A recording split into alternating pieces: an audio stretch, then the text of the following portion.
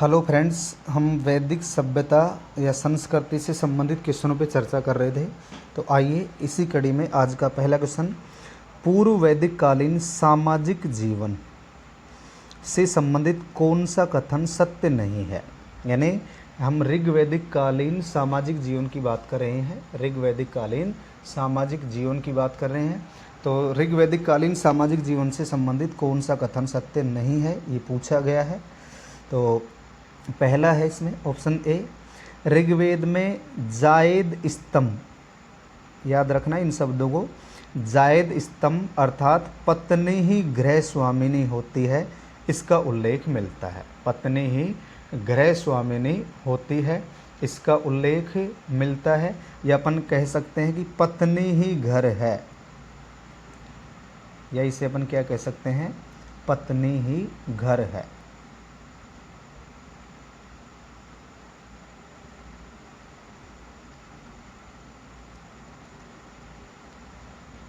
पत्नी ही घर है। ऋग्वेद में पुत्री की कामना का उल्लेख नहीं मिलता है, ये बात भी सही है। यानी अथर्ववेद में तो पुत्री के जन्म पर दुख का भी उल्लेख मिलेगा, वो आगे बात करेंगे हम। पुत्री को संपत्ति का अधिकार था, ये बात सही है, उल्लेख नहीं मिलता है। पुत्री को संपत्ति का अधिकार था, नहीं था। केवल और केवल पुत्र को ही संपत्ति का अधिकार था। और पत्नी अपने पति के साथ धार्मिक अनुष्ठानों में प्रमुख रूप से भाग लेती थी। यानी अपन कह सकते हैं कि यज्ञ में भाग लेती थी, पत्नी यज्ञ में भाग लेती थी, यज्ञ के साथ साथ युद्ध में भी भाग लेती थी, युद्ध में भाग लेती थी, लेकिन उन्हें संपत्ति का अधिकार नहीं था। यहाँ दे रखा है कि पुत्री को संपत्ति का अधिकार था, तो इसका सही जवाब हो जाएगा सी, उसे अधिकार नहीं था।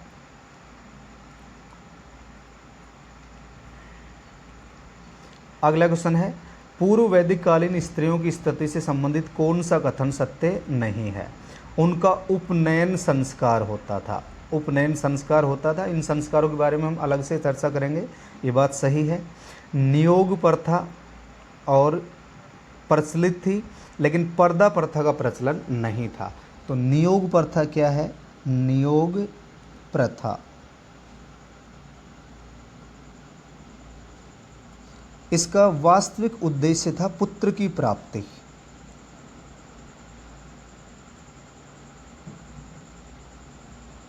यानी अगर किसी स्त्री के पति की मृत्यु हो गई हो या वो नपुंसक हो, तो वह स्त्री अपने देवर के साथ संबंध स्थापित करके पुत्र की प्राप्ति कर सकती थी। इसे क्या कहा जाता था, नियोग प्रथा। तो इसका प्रचलन था, पर्दा प्रथा का प्रचलन नहीं था। विदुषी स्त्रियों को ऋषि की संज्ञा दी गई। ध्यान रखना है, जो विद्वान स्त्रियां होती थी, महिलाएं होती थी, जिन्हें ऋषि कहा गया। और स्त्रियों को शिक्षा का अधिकार नहीं था, ये बात गलत है। स्त्रियों को शिक्षा का अधिकार हुआ करता था। तो कुछ कौन सा पूछा गया, इसमें कौन सा कथन सत्य नहीं है वाला पूछा गया है, तो उत्तर हो जाएगा डी। तो स्त्रियों को शिक्षा का अधिकार नहीं था, नहीं था नहीं है, स्त्रियों को शिक्षा का अधिकार हुआ करता था। विदुषी महिलाएं थी, पढ़ेंगे अपन आगे।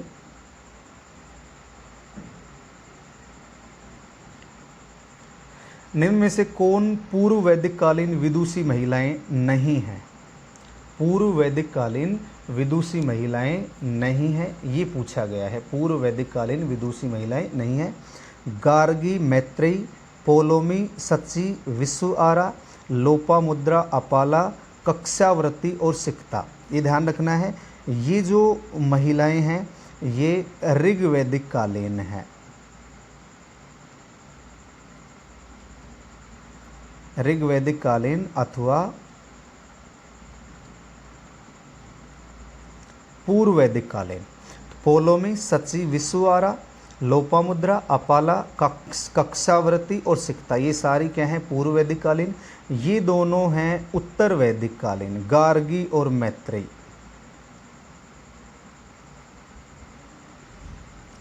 गार्गी और मैत्रेयी जो विदुषी महिलाएं हैं वो कौन से समय से संबंधित हैं, उत्तर वैदिक कालीन। तो हमसे पूछा यही गया है कि कौन पूर्व वैदिक कालीन विदुषी महिलाएं नहीं हैं, गार्गी और मैत्रेयी, ये दोनों उत्तर वैदिक कालीन हैं। इसके बाद एक कथन दे रखा है, मैं ज्ञानवती हूँ, मूर्धन्य हूँ, शत्रु का विनाश करने वाली हूँ, मैं सर्वत्र विजयी हूँ। पोलोमी सची का यह कथन मिलता है। तो पोलोमी अभी हम बात कर चुके हैं, ये ऋग्वैदिक कालीन विदुषी महिला है, ऋग्वैदिक कालीन विदुषी महिला है। तो मैं ज्ञानवती हूँ, मूर्धन्य हूँ, शत्रु का विनाश करने वाली हूँ, मैं सर्वत्र विजयी हूँ। पोलोमी सच्ची का यह कथन किस में मिलता है? ऋग्वेद में, सामवेद में, यजुर्वेद में, अथर्ववेद में। तो इसका सही जवाब हो जाएगा ऋग्वेद। तो ये कथन पोलोमी सच्ची का कहाँ मिलता है? ऋग्वेद में मिलता है।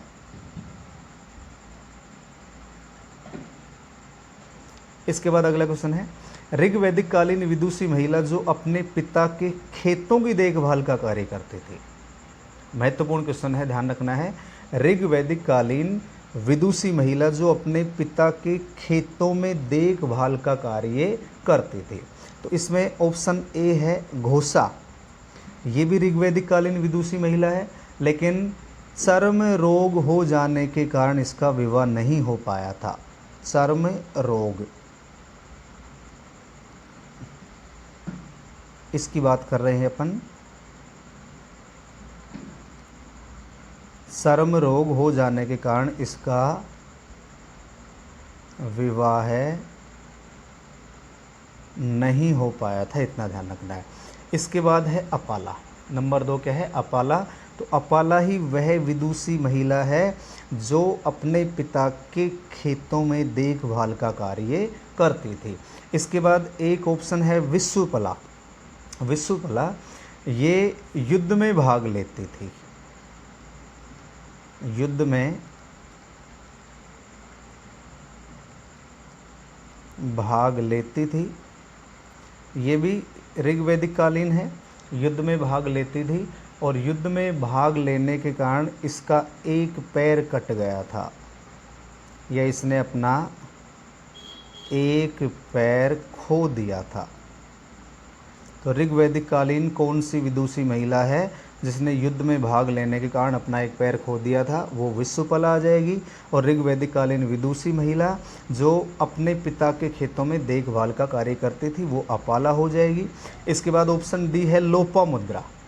लोपामुद्रा की यदि हम बात करें, लोपामुद्रा की बात करें तो ये क्षत्रिय कन्या थी।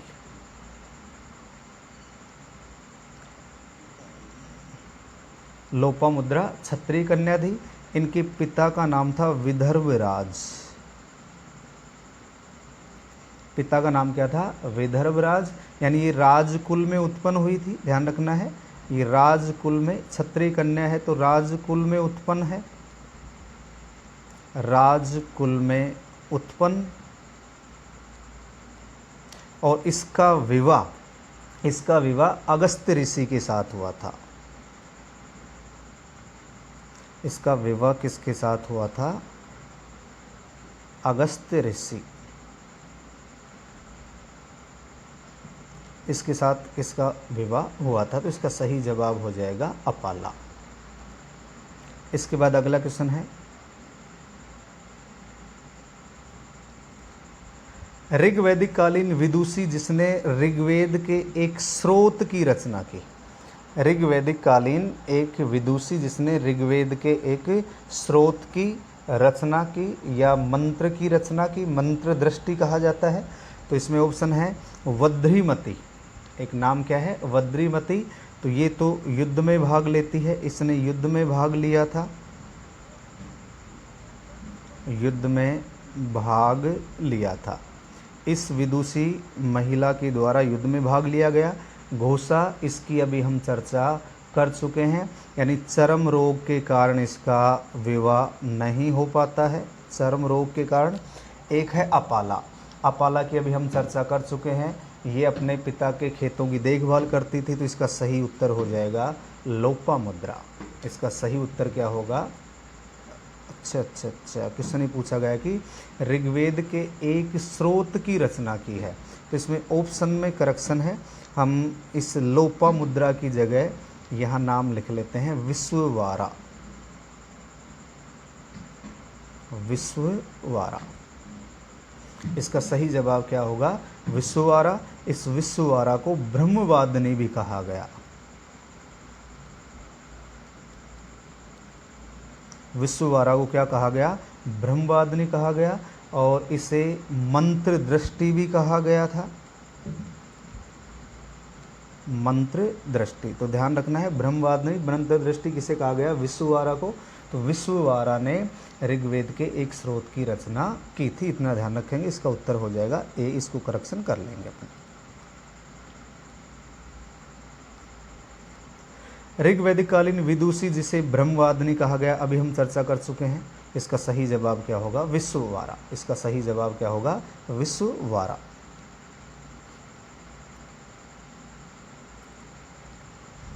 पूर्व वैदिक कालीन विदुषी जिसका विवाह अगस्त ऋषि के साथ हुआ था। पूर्व वैदिक कालीन विदुषी जिसका विवाह अगस्त ऋषि के साथ हुआ था, अभी हम चर्चा कर चुके हैं। इसका सही जवाब होगा लोपामुद्रा। इसका सही जवाब क्या होगा? लोपामुद्रा। और अगर हम बात करें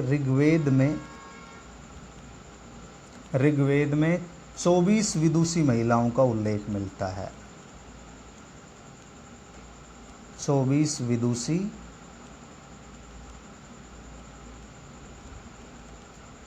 महिलाओं का उल्लेख मिलता है।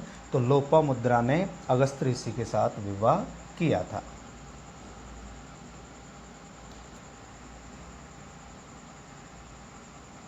अगला क्वेश्चन देखिए, ऋग्वैदिक काल से संबंधित कौन सा कथन सत्य नहीं है? सत्य नहीं है पूछा गया है। उस समय बाल विवाह, पर्दा प्रथा और तलाक प्रथा का प्रचलन नहीं था। अगर हम यहाँ विवाह की बात करें तो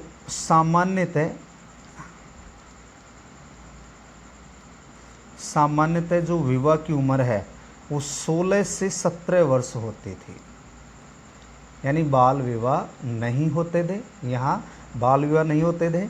और भाई बहन का विवाह भी निषिद्ध था। भाई बहन का विवाह भी निषिद्ध था। ऋग्वेद का जो 10वां मंडल है, ऋग्वेद का जो 10वां मंडल है, 10वें मंडल में यम यमी संवाद से यह जानकारी मिलती है। यम यमी संवाद, इससे जानकारी मिलती है कि बहन और भाई का विवाह निषिद्ध था। तो बाल विवाह नहीं होता था, पर्दा प्रथा नहीं थी, तलाक प्रथा का प्रचलन नहीं था। इसी प्रकार यानी स्त्री को या लड़की को वर चुनने का अधिकार था। वर का चुनाव करने का अधिकार था।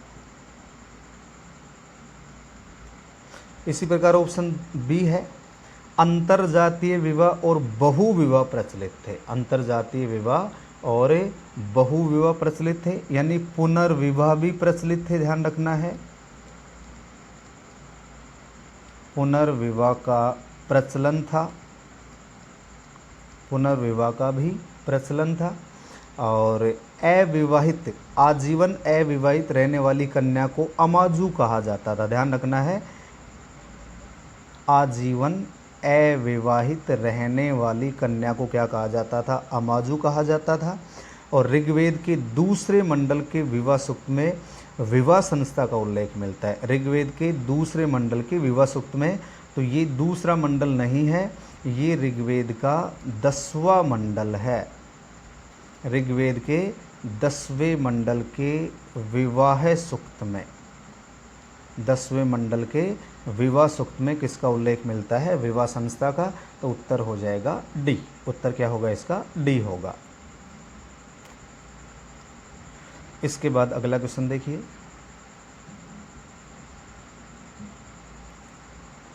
निम्न में से कौन सा प्रतिलोम विवाह का उदाहरण है?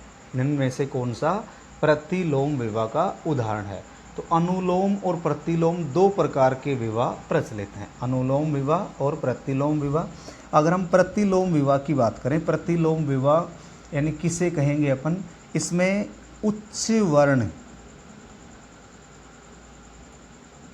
उच्च वर्ण की तो होगी स्त्री, प्रतिलोम की बात कर रहे हैं, उच्च वर्ण की स्त्री होगी और निम्न कुल का पुरुष।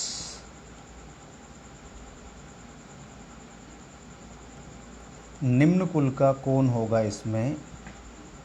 पुरुष होगा। यानी इसका अर्थ ये हुआ जैसे उच्च वर्ण की ब्राह्मण स्त्री है और क्षत्रिय से विवाह, क्षत्रिय पुरुष से विवाह, ये क्या कहलाएगा? आपका प्रतिलोम विवाह कहलाएगा। तो अब इसमें ये पूछा गया कि प्रतिलोम विवाह का उदाहरण कौन सा है? प्रतिलोम विवाह का उदाहरण कौन सा है? महर्षि शुक्राचार्य की पुत्री देवयानी का राजा ययाति से विवाह। महर्षि शुक्राचार्य की पुत्री देवयानी का विवाह राजा ययाति से विवाह। ब्राह्मण विमद व राजकन्या कमदू का विवाह।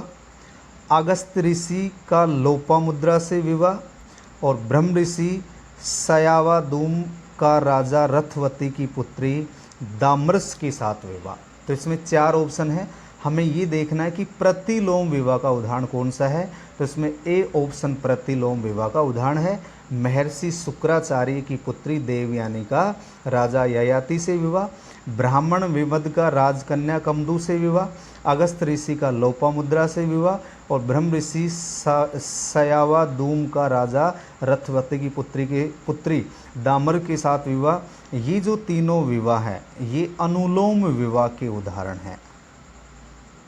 ये तीनों विवाह कौन से विवाह के उदाहरण हैं? अनुलोम। तो अनुलोम विवाह किसे कहा जाएगा? अनुलोम की यदि हम बात करें तो इसमें उच्च वर्ण का पुरुष होगा, उच्च वर्ण का होगा पुरुष और निम्न वर्ण की स्त्री। निम्न वर्ण की क्या होगी? स्त्री होगी। तो ध्यान रखना है। तो हमसे प्रतिलोम पूछा गया है, तो महर्षि शुक्राचार्य की पुत्री देवयानी का राजा ययाति के साथ विवाह कैसा विवाह है? प्रतिलोम विवाह है। अगला क्वेश्चन है महर्षि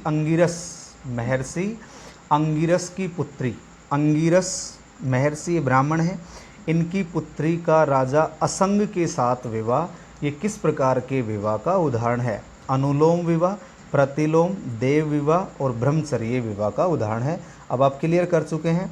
महर्षि अंगिरस की पुत्री है तो ये तो उच्च वर्ण की पुत्री है और निम्न वर्ण का पुरुष है, तो सामान्य सी बात है ये कैसा विवाह हो जाएगा? प्रतिलोम विवाह। किस प्रकार का विवाह होगा? ये प्रतिलोम विवाह होगा।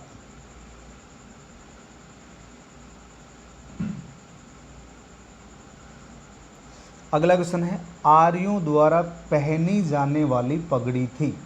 आर्यों के द्वारा पहनी जाने वाली पगड़ी के बारे में पूछा गया है। आर्यों के द्वारा पहनी जाने वाली पगड़ी के बारे में पूछा गया है।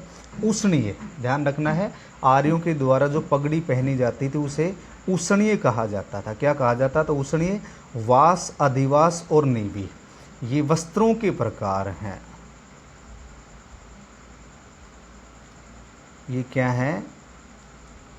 वस्त्रों के प्रकार।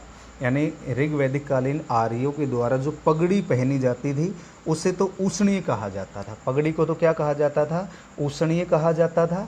और वास जिसको उत्तरीय कहा गया, अधिवास और नीवी ये वस्त्रों के प्रकार थे।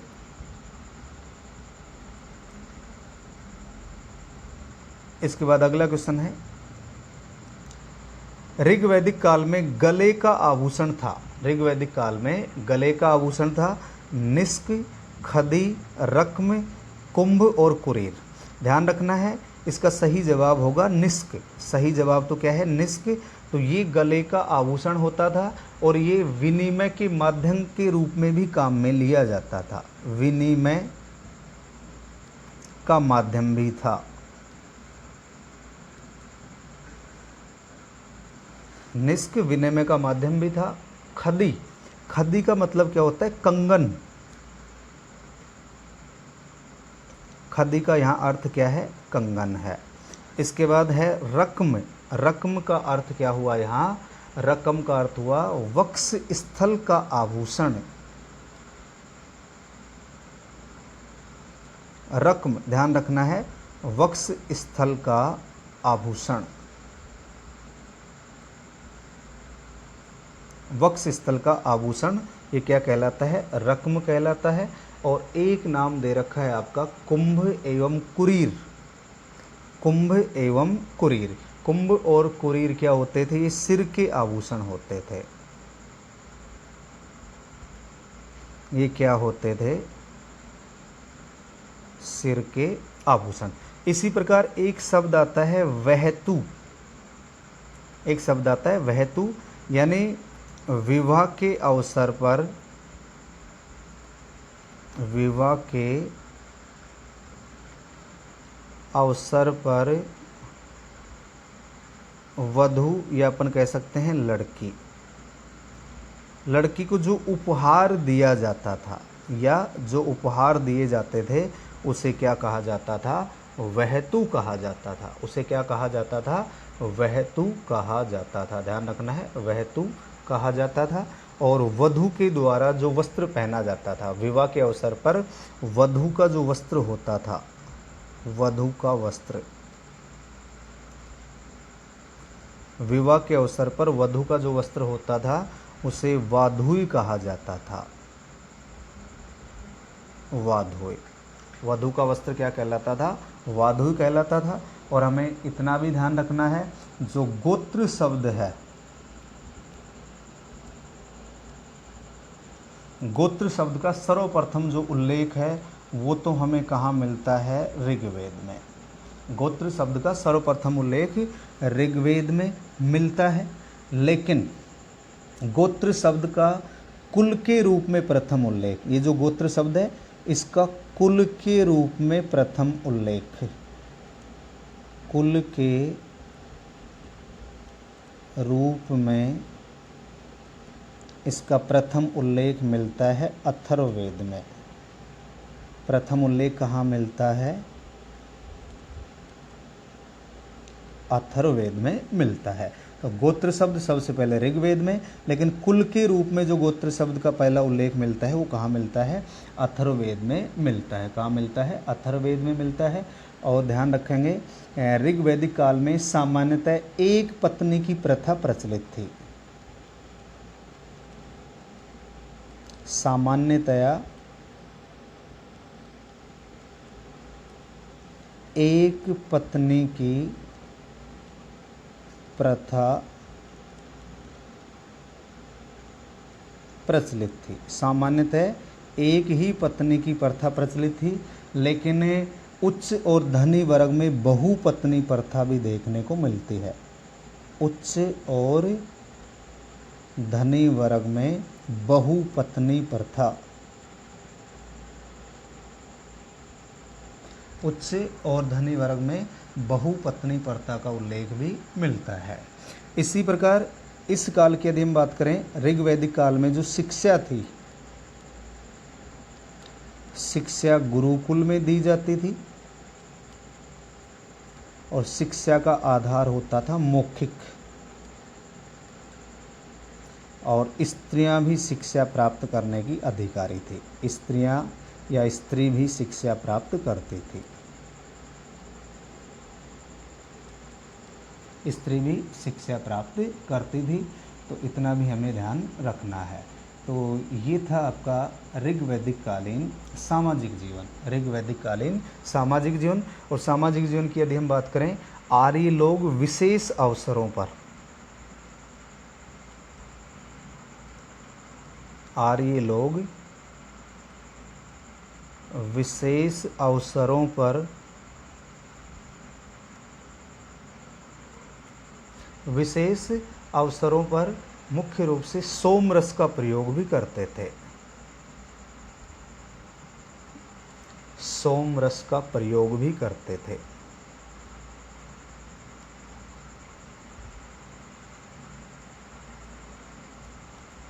सोमरस का प्रयोग करते थे। तो ये था आर्य यानी ऋग्वैदिक कालीन आर्यों का सामाजिक जीवन। ऋग्वैदिक कालीन आर्यों का सामाजिक जीवन। अब हम इसके बाद उत्तर वैदिक कालीन आर्यों का सामाजिक जीवन देखेंगे।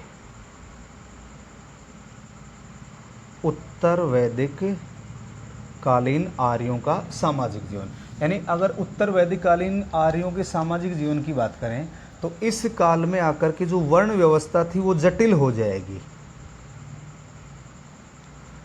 इस काल में वर्ण व्यवस्था किस पर आधारित हो जाएगी? जन्म पर आधारित हो जाएगी। वर्ण व्यवस्था का आधार क्या हो जाएगा?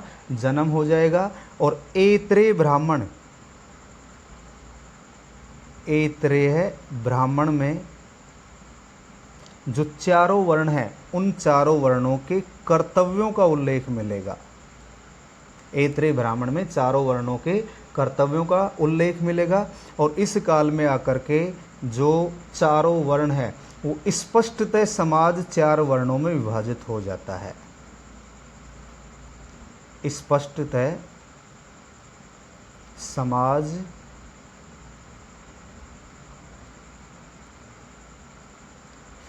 चार वर्णों में विभाजित हो जाएगा।